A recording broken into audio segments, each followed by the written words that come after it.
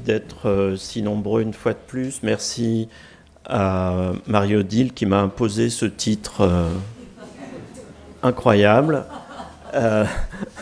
Merci à Annie encore pour l'organisation. Merci à l'Alliance. Merci à tous. J'avoue que j'ai toujours pas compris ce que voulait dire Marie-Odile. Je suis moi-même perdu dans la translation. Donc j'insiste quand même parce que case management, c'est aussi la question du parcours et de la coordination du parcours qui va être appliquée là dans mon propos sur le secteur de la santé, mais aussi sur le secteur du médico-social. C'est ce qu'on appelle globalement les services que nous offrons aux usagers. Alors j'utilise alternativement le mot patient ou usager. C'est selon si je me mets du côté du médico-social ou du côté du sanitaire. D'abord, vous le savez, et je remercie Philippe aussi pour la clarté de ses présentations à chaque fois dont nous inspirons beaucoup, il n'y a pas de consensus, donc on est perdu dans les translations, il n'y a pas de consensus, il n'y a pas de définition universelle sur le case management.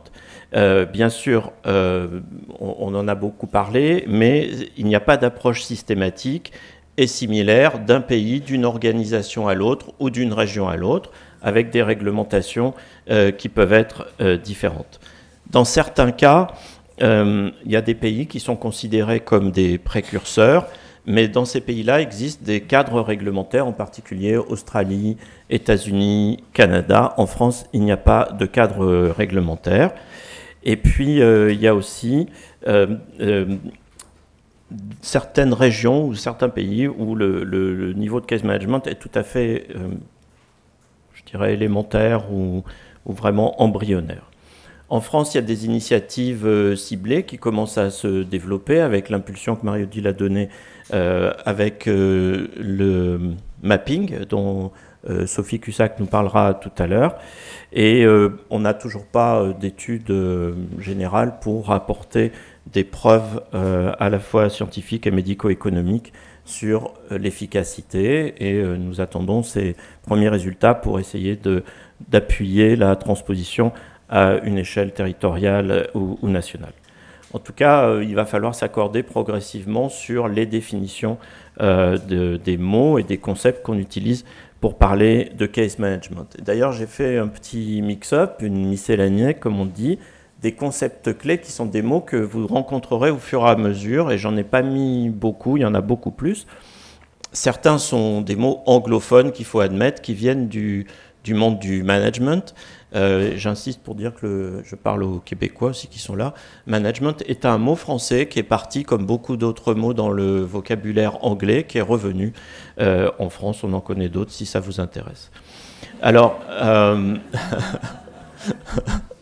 Le parcours, c'est un mot fondamental dans le case management puisque, comme l'a dit Philippe, le patient va circuler dans un dédale. Là, il nous avait montré cette image de parcours incroyable que nos propres patients vivent comme une boule de flipper dans un système très complexe.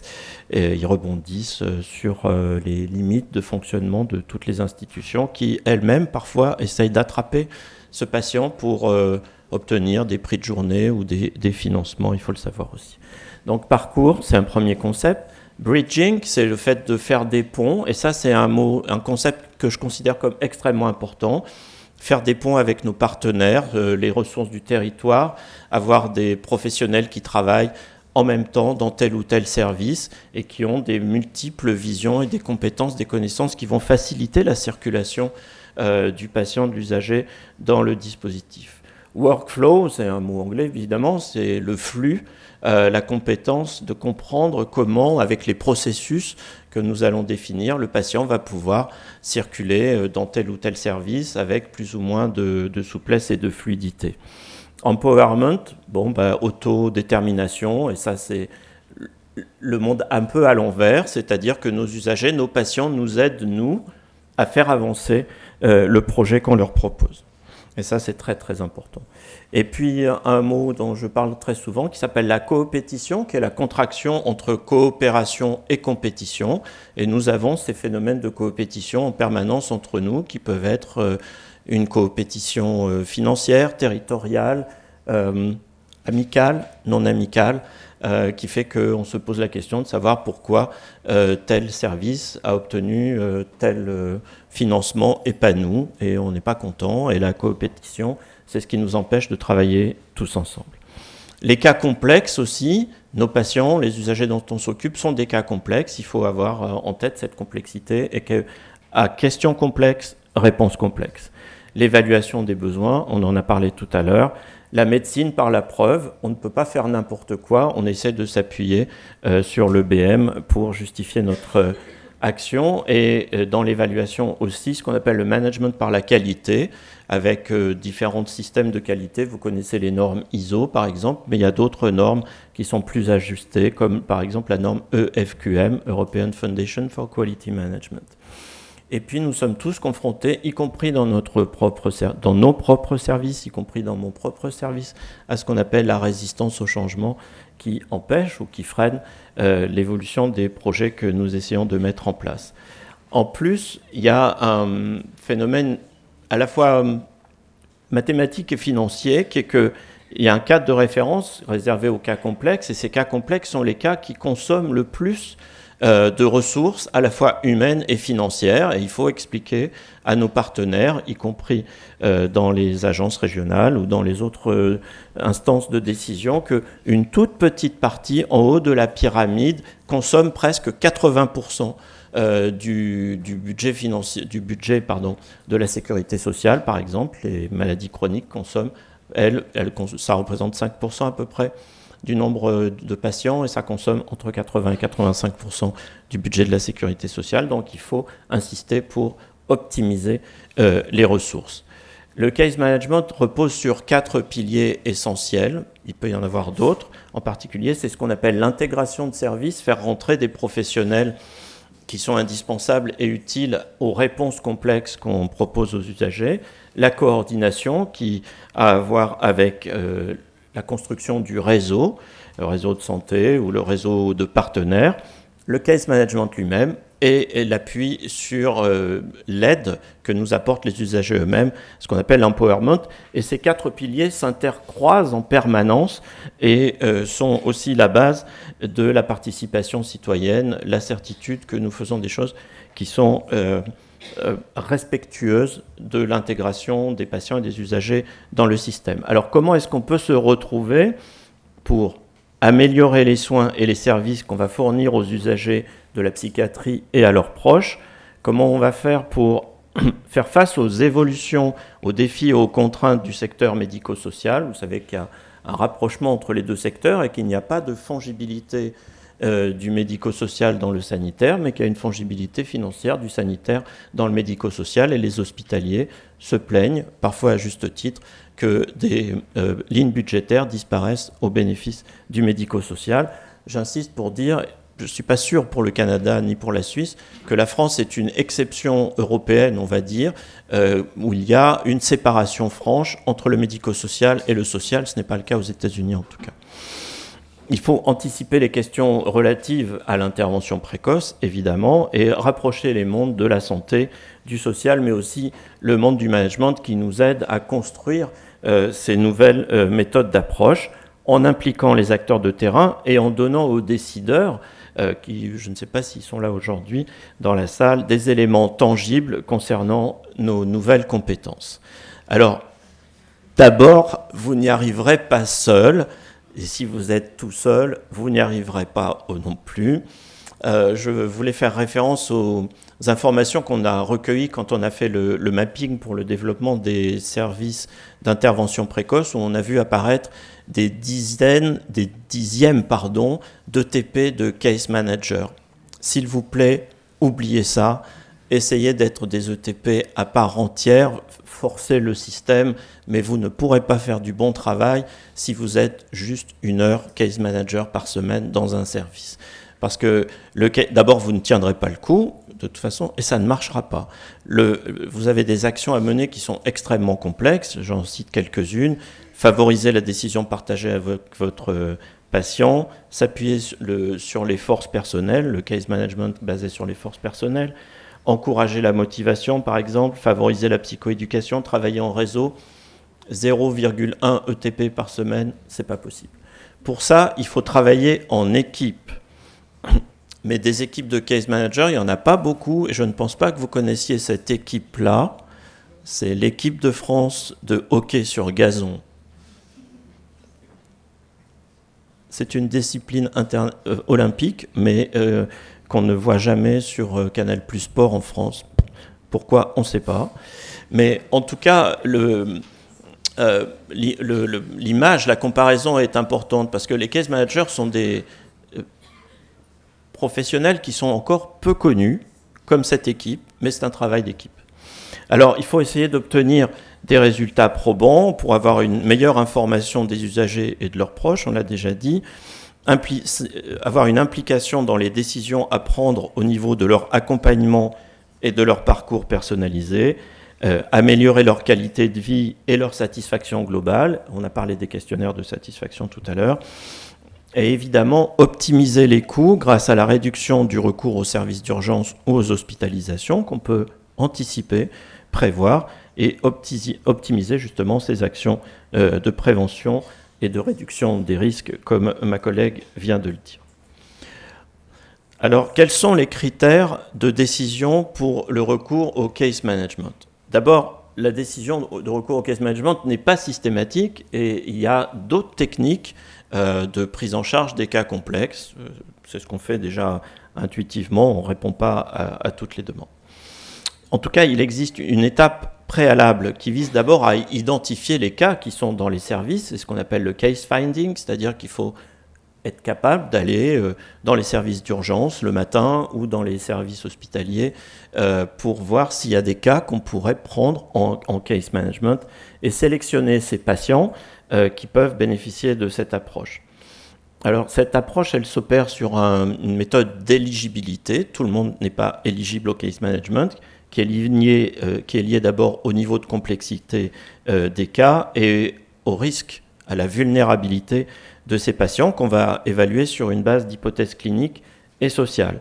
Alors, je fais une parenthèse, je le dirai je crois tout à l'heure, mais ce ne sont pas des scores d'échelle qui disent si un patient est éligible ou pas, hein, attention. Et puis, il faut avoir en tête toujours que comme le patient va rester un certain nombre de mois dans le système de case management, il va en sortir et il faut prévoir dès l'entrée sa sortie.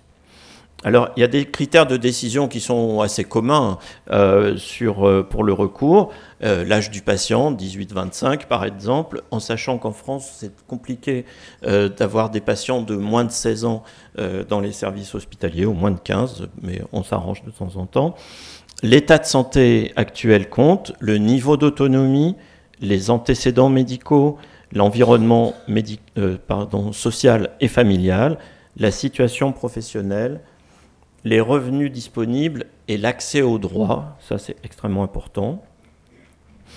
La complexité prévisible de la coordination de parcours, vous pouvez par exemple intuiter, imaginer le nombre d'intervenants différents de différentes structures qu'il va falloir activer pour mettre en place le case management. Le nombre d'intervenants nécessaires, je le viens de dire, et les compétences requises en interne et en externe pour l'accompagner. Alors pour ça, il faut des case managers qui sont qualifiés. Quelles sont leurs qualifications? D'abord, il faut qu'ils aient une connaissance technique sur le groupe cible. Et quand je dis groupe cible, c'est pas seulement, vous savez qu'on peut utiliser le case management pour d'autres pathologies chroniques que pour la psychiatrie, mais en tout cas, il faut des futurs case managers qui connaissent les premiers épisodes psychotiques et la schizophrénie. Il faut qu'ils aient des connaissances dans la toxicomanie, on vient de le voir, dans la réduction des risques et dans les comorbidités, parce qu'il peut y avoir des pathologies associées, somatiques en particulier. Et la question de la prévention du syndrome métabolique est un problème majeur, puisque c'est ce qui diminue l'espérance de vie de nos jeunes patients. Il faut avoir des connaissances sur les techniques d'entretien, en particulier l'entretien motivationnel et de médiation avec le jeune, avec leurs proches et avec les autres professionnels qui gravitent autour de lui, des connaissances sur l'évaluation des pratiques et sur les supervisions, des connaissances sur la recherche d'emploi l'IPS en particulier, Intensive Placement and Support, et l'orientation de carrière. Des compétences dans l'organisation des recommandations de pratiques professionnelles, les RCP, et sur les cas individualisés. Et puis, il faut avoir des connaissances sur le droit, je l'ai déjà dit, des connaissances dans l'administration publique. Tout à l'heure, notre collègue nous a montré le fardeau de ces patients qui ne savent pas répondre aux documents administratifs et qui ont la phobie de leur boîte aux lettres. Il faut aussi être capable de remplir des tableaux Excel et d'avoir des connaissances sur les systèmes d'information, les tableurs, les CRM, les bases de données, des connaissances sur la protection des données personnelles. Tous nos jeunes ont des smartphones, parfois commettent des imprudences en dévoilant des informations personnelles sur leur compte bancaire ou sur leurs photos personnelles, voire intimes. Et il y a toute une étiquette et des informations à leur donner pour leur éviter ce genre de problème. Et puis, parfois, une connaissance linguistique particulière. Vous pouvez avoir des jeunes, et en particulier des migrants, qui ne parlent pas votre langue. Donc, vous pouvez utiliser iTranslate sur votre iPhone, mais il faut aussi connaître un minimum de langues, comme l'anglais, par exemple. Alors, comment se former ou comment former nos futurs case managers ? Alors ça, c'est un problème, parce qu'il n'existe pas en France de programme de formation standard en matière de case management. Certains d'entre nous sont des formateurs, vous le savez. Mais ce qu'on favorise, en tout cas, c'est peut-être former en priorité les infirmiers et ceux qui ont une expérience dans la schizophrénie et des personnels du médico-social. Donc on est autour de Bac+2. Mais j'insiste aussi pour la VAE, la valorisation des acquis de l'expérience, parce qu'il y a, en tout cas dans notre service, deux aides-soignantes qui sont probablement parmi les case managers les plus chevronnés que je connaisse. Et puis, en tout cas, aux États-Unis, par exemple, la plupart des case managers ont une expérience entre 3 et 5 ans, et parfois même, comme ce sont des programmes qui sont très développés, ont eux-mêmes travaillé dans des services de case management. En tout cas, ici, peu de nos infirmiers ont une expérience.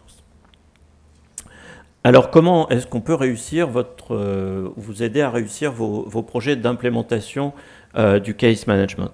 D'abord, il y a la question de la formation. Donc, ça ne s'invente pas et ça ne s'apprend pas dans les livres seulement.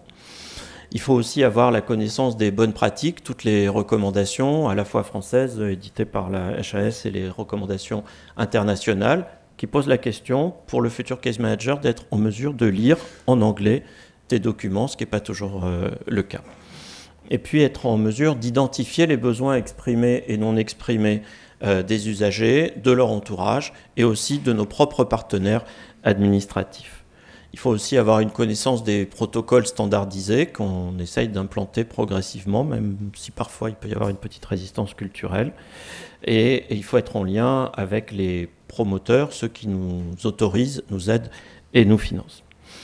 Il faut avoir aussi, il faut aussi être en mesure de mettre en place un feedback des informations qu'on va transmettre, soit en permanence, soit de manière stratifiée tous les 3 mois ou tous les 6 mois à nos partenaires pour leur dire ce qu'on est en train de faire, et en particulier le médecin généraliste ou le médecin du CMP, qui sont tous les deux dans la littérature, les pivots de la prise en charge. Et j'insiste pour dire qu'un système à 2 pivots est un système qui ne bouge pas. Donc il faut savoir faire passer les informations pour que ce réseau de fonctionnement fonctionne correctement. Et puis il faut un leadership collectif, c'est-à-dire qu'il faut croire à l'efficacité et à l'apport que nous avons par rapport à cette mise en place pour les usagers et leurs proches, et donc il faut pousser, être leader dans l'implantation. Mais vous allez aussi rencontrer des difficultés, en particulier nous-mêmes, en tant que directeur ou chef de service, on est confronté aux négociations avec les tutelles, même si la culture de l'intervention précoce et du case management commence à émerger. Mais on est confronté au fait qu'en absence de formation, il y a une pénurie de case managers, il va falloir attendre qui se forment. hein, et l'expertise est parfois insuffisante. Et puis, si vous prenez des case managers, vous serez peut-être confronté au problème de l'augmentation des coûts salariaux, parce qu'il faudra les payer, peut-être les payer au juste prix. Donc là aussi, c'est une question à prendre en compte, pardon. Et il y a a priori un fort turnover des case managers, qui est peut-être lié aussi à la fatigabilité, au case load, à la charge, et comme on l'a vu aussi dans les premières diapositives de notre collègue, la charge psychologique de s'occuper de façon très rapprochée de ces jeunes malades. Il y a aussi une question de légitimité et de crédibilité des case managers auprès de leurs collègues qui peuvent se sentir dépossédés de ces fonctions et qui peuvent redouter un genre de prise de pouvoir d'infirmiers, par exemple, qui vont rentrer dans les services. Un risque aussi, c'est la mauvaise connaissance des réseaux de partenaires qui sont mal identifiés, les annuaires ne sont pas constitués, le temps nous est compté, on n'a pas le temps de rencontrer tous les CMP, toutes les structures associatives qui prennent en charge les patients. Et ça, c'est un problème parce qu'il y a des bonnes volontés qui sont cachées et donc il faut utiliser ces réseaux-là, mais il faut travailler, cultiver le réseau. Et je l'ai dit et je le redis, la résistance au changement est un problème majeur. Elle peut être liée à une inertie ou à une crainte d'une perte d'autonomie. Ça, c'est, je crois, que la confiance mutuelle qui peut nous aider à lever cet obstacle. Alors, pour conclure, ce sont des pratiques très variées, à la fois à l'extérieur de notre pays, mais aussi parmi les collègues qui développent ces projets. Mais on est sûr que la valeur ajoutée médico-économique, je l'ai mise en premier, mais en fait je devrais la mettre en dernier. La qualité des soins, la satisfaction des patients, ça c'est en premier. Des familles qui le disent et qui le répètent, que le fait de s'occuper mieux de leurs proches soulage leur propre vie et le fardeau qu'ils subissent au quotidien. Et les soignants travaillent aussi dans une meilleure atmosphère professionnelle. C'est à nous de faire la démonstration de l'efficacité de ces méthodes. Je tiens à remercier toute mon équipe dans laquelle vous voyez une partie, j'ai 7 case managers parmi toute mon équipe et je continue à les remercier. Merci pour votre attention.